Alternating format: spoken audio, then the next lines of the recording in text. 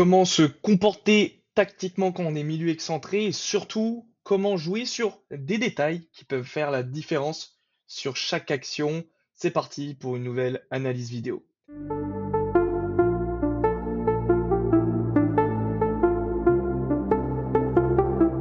Salut l'équipe, j'espère que vous avez la forme. Enfin une analyse vidéo de milieu excentré qui n'a pas pu sortir la semaine dernière parce que je ne sais pas pourquoi ça ne voulait pas s'uploader sur YouTube.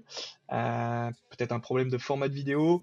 Donc on est reparti pour aujourd'hui. Ceux qui ne le savent pas, même dans Milieu Elite Pro, même si c'est vrai que dans ma communication, dans les analyses, je parle pas beaucoup des milieux excentrés. On peut considérer les ailiers dans ce rôle-là puisque c'est pas une si grande différence. Moi, je dirais que c'est surtout sur un profil de joueur. Bernardo Silva est pour moi un milieu excentré et je vais considérer un Vinicius comme un ailier. C'est plus par rapport au profil. Il y en a un qui est plus dans le jeu, dans la construction et un qui peut aller impacter. Mais les deux peuvent largement se compléter. Ils sont forcément dans les deux profils à un moment donné dans le match. Donc même dans milieu Elite Pro, j'accompagne des milieux excentrés. Ils sont certes moins nombreux parce que forcément on attire ce que l'on est et je suis plus un milieu axial, mais c'est un super poste encore plus divers, très clairement qu'un milieu axial, milieu def et milieu off. Un milieu excentré, un milieu off aussi, mais il peut être plein de rôles en même temps et c'est ultra intéressant comme on va pouvoir le voir euh, directement aujourd'hui dans cette nouvelle analyse. C'est parti. Le Stade Rennais contre Enrico Marcolino pour le Stade Rennais, il est à 3. tac, avec le son pour que ça évite de nous péter les oreilles en moins. Donc on va voir, dimanche je vais sûrement publier une vidéo dans ce sens-là, un petit peu comment évoluer dans les 5 couloirs. On a pu voir ça dans la dernière vidéo il y a 2 semaines. Il y a 5 couloirs, on peut couper le terrain en 5 couloirs. C'est un petit peu Pep Guardiola qui a mis ça en avant, notamment en traçant des lignes sur le centre d'entraînement du Bayern Munich en ce sens-là. Donc on a un couloir latéral, donc forcément de la ligne de touche à une ligne imaginaire ici, même chose là-bas. On a un grand couloir axial qu'on va considérer dans quasiment la largeur du rond central. Et en fait, entre ce couloir axial-là et les couloirs côtés, latéraux, je peux utiliser les deux, en termes, donc enfin, ne vous inquiétez pas, c'est couloir côté ou latéraux, c'est la même chose. On a les demi-espaces. C'est vrai que dans les demi-espaces, il y a beaucoup de choses intéressantes, mais ça, on le détaillera dans la vidéo spécifique des 5 couloirs de Pep Guardiola. Voilà, pour commencer sur cette vidéo.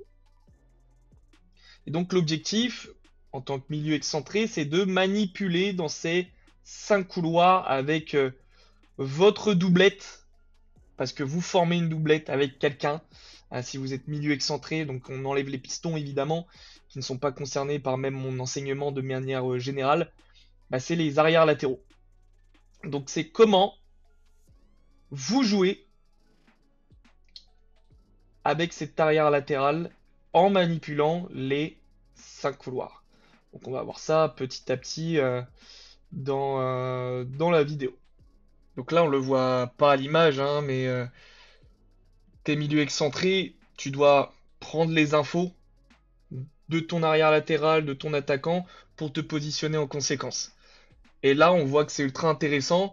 On a le 10 qui est placé en milieu excentré, ou peu importe, mais même le numéro 7, je crois, ou non, le 11 qui est ici. Mais en fait, c'est une coordination à avoir avec l'arrière latéral, mais pas uniquement, vous doutez bien.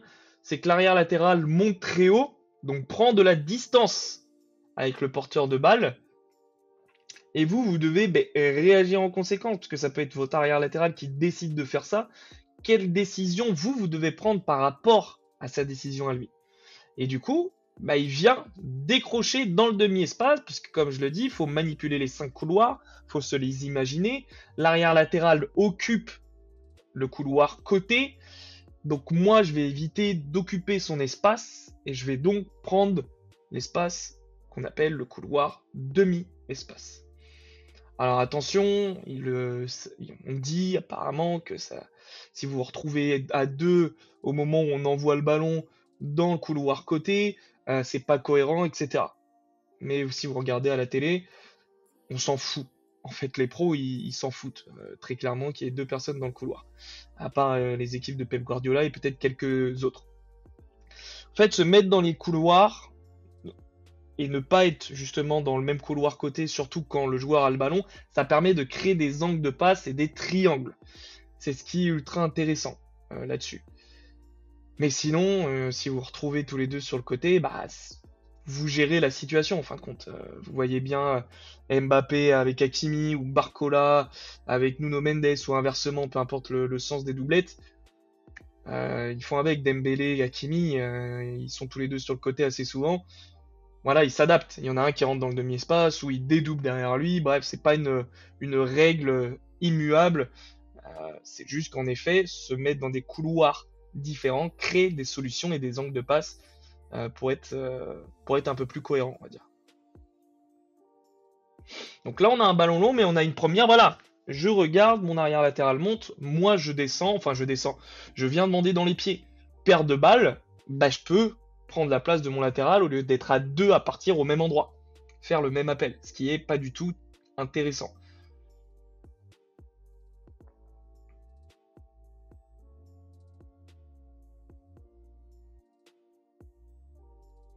Voilà, pour le voir. Tac, vous voyez, récupération, bah on est peut-être sur le même couloir à un moment donné, bah on s'adapte, c'est pas grave. Hop, et là vous pouvez, vous voyez, manipuler en fait avec votre arrière latéral, il n'y a aucun problème. Et ils sont dans le même couloir, hein.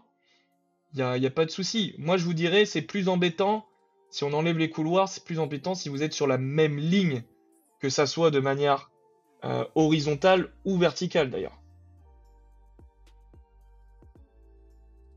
Voilà, et l'objectif c'est de manipuler, on va toucher qui? Tac, le 7, et vous voyez, même couloir. C'est pas grave, bam, j'adapte. Et regardez, c'est ça les détails que je trouve intéressants. Il y a une distance à avoir pour faire des gestes techniques, des dribbles, éliminer en 1 contre 1. Donc vous voyez, l'arrière latéral est sûrement monté. Lui, il vient décrocher. Sur le côté, hein. Il n'y a pas de problématique. Et il peut pas rentrer au demi-espace parce que le 10 bouge beaucoup. Donc ça serait tous les deux au même endroit. Donc c'est une logique. Et regardez. Ça, c'est du détail, on va le voir. Alors, j'espère retrouver les mêmes situations que quand j'ai fait la vidéo la semaine dernière. Mais le foot, c'est de la géométrie, si on pourrait dire. Peut-être que certains, ça vous plaît plus. Il y a des angles, il y a une orientation, il y a un degré qui est ultra intéressant. On a parlé des triangles en se mettant dans plusieurs couloirs pour former des formes géométriques, du coup. On peut même parler de losange, mais on verra peut-être plus sur une situation, j'espère là aussi la retrouver facilement. Mais là, il en profite, il a une bonne distance, il peut pas intervenir sur sa position de 3/4, en plus il est un peu lancé parce que bah, lui il les emmène tous, hein. On se dit bah, il va lui passer, donc faut vite revenir pour éviter que lui soit en infériorité. Bah, il en profite. Et super transversal. Je crois qu'elle est là. Oui, voilà. Regardez, lui positionné pour prendre cette course-là. Vous voyez, il défend dans ce sens-là. Il va faire un petit crochet. Vous avez vu? Ce petit détail, cette petite touche, fait que lui va venir défendre à l'intérieur. Et ce qui va donner un avantage de temps, et je vous le répète, l'objectif au football, c'est de donner ou d'avoir le temps d'avance. Le donner à votre coéquipier, ou de l'avoir par vous-même, par le contrôle, par la prise d'information, par la prise de décision rapide. Petit crochet, c'est l'histoire de 20 cm. Et je la glisse là. Et paf. Bien défendu, mais ça crée une situation dangereuse, regardez. Le gardien est obligé de s'employer. Du détail qui fait la différence. Et une bonne prise de décision.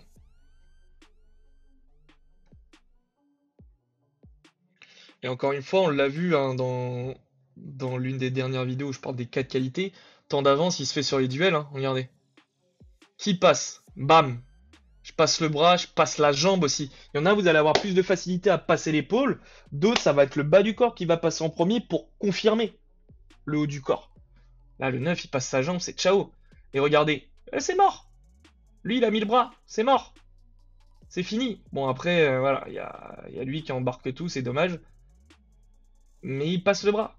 Et ils peuvent avoir le même physique, c'est celui qui passe le bras qui gagne, du coup.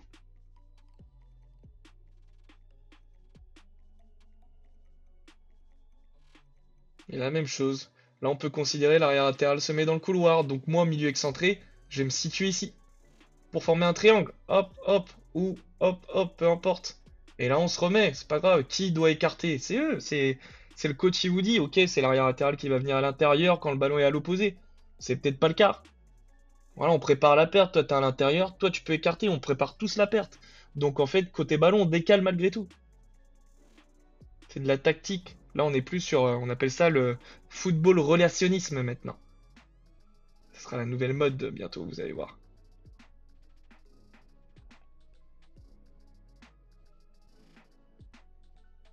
Là, ils sont tous les deux sur le côté, encore une fois, orientés comme ça. Il en profite.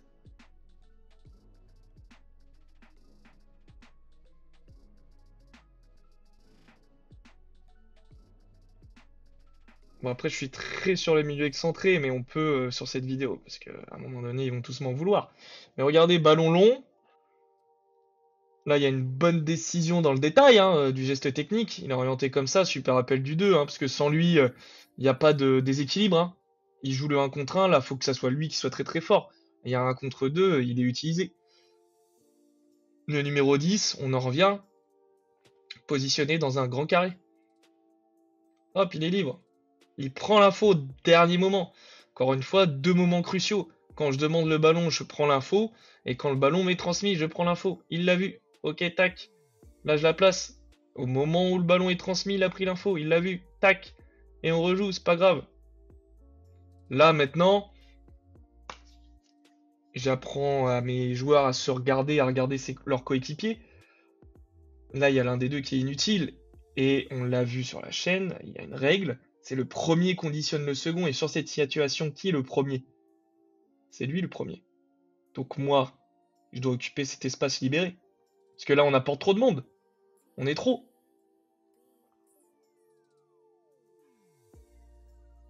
Là, regardez, là, il ferme facilement. Je sais pas ce que ça va donner, cette action, mais elle est fermée hyper facilement.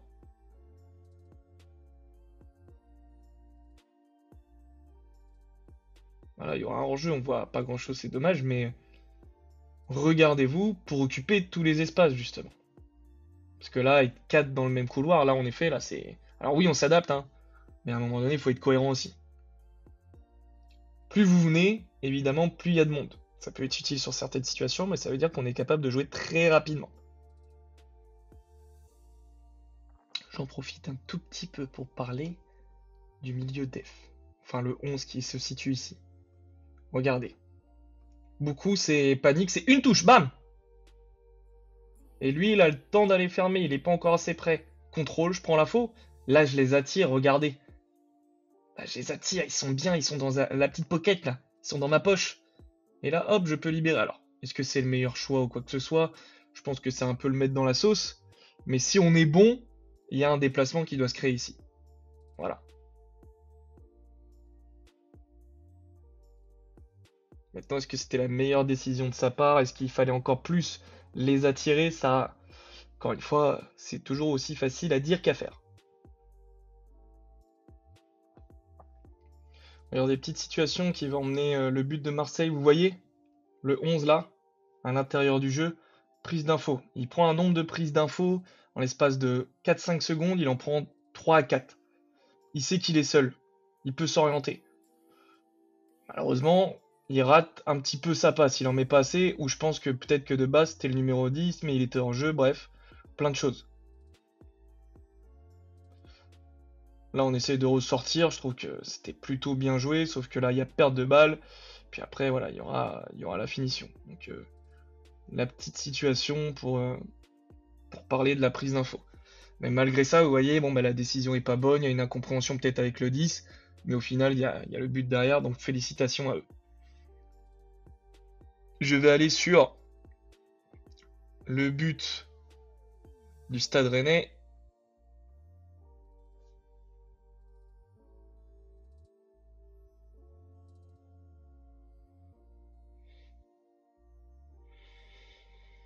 Donc on va avoir une récupération. Vous voyez, ça c'est des gestes simples. Je vais pas m'embêter à perdre le ballon. J'ai pas pris l'info. Tant pis, on repasse par derrière. Il aurait pu prendre l'info. Petite déviation au 6. Et sûrement il y avait un avantage. C'est pas grave. On prend le temps, c'est fait. J'ai pas pris l'info. Il faut que j'aille au plus simple à la sécurité. 10 toujours à l'intérieur du jeu. Ce qui fait qu'on a deux joueurs qui écartent beaucoup. Encore une fois, c'est une tactique du coach. On reprend le temps.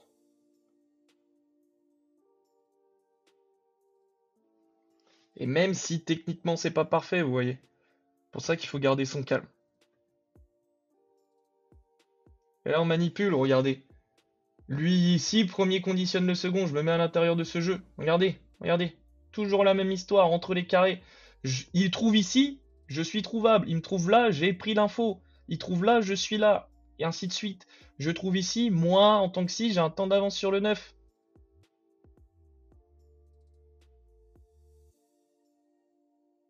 Ah, il reste là pour l'instant, y a pas de problème.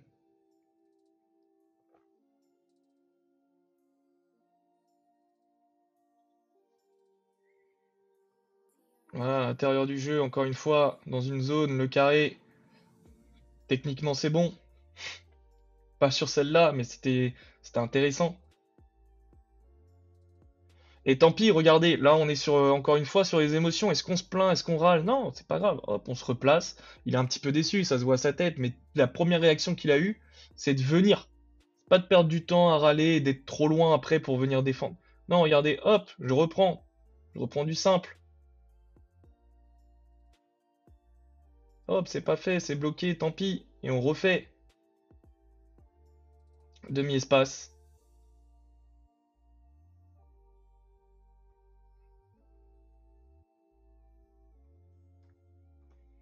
Regardez 10 qui vient, hein. 10 qui demande à ce que on puisse retourner derrière parce qu'il est trop loin. C'est peut-être ça, je sais pas, hein, mais c'est possible que ça soit ça en disant je vais pas être assez près, mais voilà. Demi-espace, un peu couloir côté, on manipule. Demi-espace c'est important et vous comprendrez pourquoi sur la vidéo spéciale sur ça.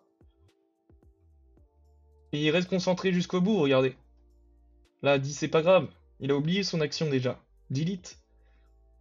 Là, il pouvait pas participer, bah ok, bah, ils ont fait l'exploit. Et là, il sera présent.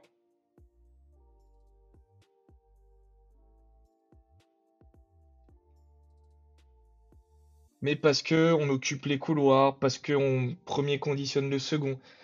J'ai fait sur les milieux excentrés parce que la doublette est importante entre vous deux. Mais toutes ces notions-là sont importantes pour tous les milieux de terrain. Soit je lui dis de, je sais pas, leur prénom, mais peu importe, décale-toi ou quoi que ce soit, ou bah, si je respecte cette règle qui est pour moi au-delà des 5 couloirs, encore une fois, les premiers qui conditionnent le second, c'est une règle du football, en fait, de manière générale. Maintenant, il y a les petits exploits de on est sur la même ligne, il a l'espace entre les jambes, je rejoue avec lui. Forcément, si vous avez du génie avec vos coéquipiers, etc., pouvez vous régaler en faisant sans réfléchir totalement, mais avoir un peu de cette créativité-là. Ne vous empêchez pas de faire ça. Maintenant, c'est vrai qu'il est mieux de se décaler pour éviter bah, aussi d'emmener plein d'adversaires sur cette trajectoire de passe. Parce que la laisser passer entre les jambes, ça passe, sûrement, mais ça rajoute un adversaire qui peut l'intercepter si c'est mal géré, mal compris entre vous, si lui il comprend tout, bref, plein de choses. Et bref, en tant que milieu excentré, très clairement, soyez bon dans votre doublette. La première analyse vidéo que j'ai pu effectuer et qui n'a pas voulu sortir, elle est juste là devant vos yeux. Je vais la mettre dans ce que je vais créer, un canal Telegram spécial pour les milieux. Je vous tiens informé, ça va se créer dans les prochains jours. Il y aura des conditions pour pouvoir l'intégrer, parce que, encore une fois, il faudra du passage à l'action, parce que je vais vraiment donner beaucoup de choses à l'intérieur pour vous les milieux, et vous pourrez récupérer justement ce genre de vidéos qui sont sur mon Loom, que je peux partager uniquement par lien. Voilà, comme vous pouvez le voir, malheureusement, je ne sais pas pourquoi, ça ne veut pas se télécharger. Mais pour ceux qui participeront et qui viendront dans ce canal et qui seront acceptés, bah, il y aura la possibilité de récupérer ces petites vidéos. Voilà tout simplement. Si ça t'intéresse de récupérer cette vidéo et de participer au canal, je t'invite à mettre Telegram en commentaire et on verra ce que je peux faire pour vous, pour toi. On se laisse là. À plus.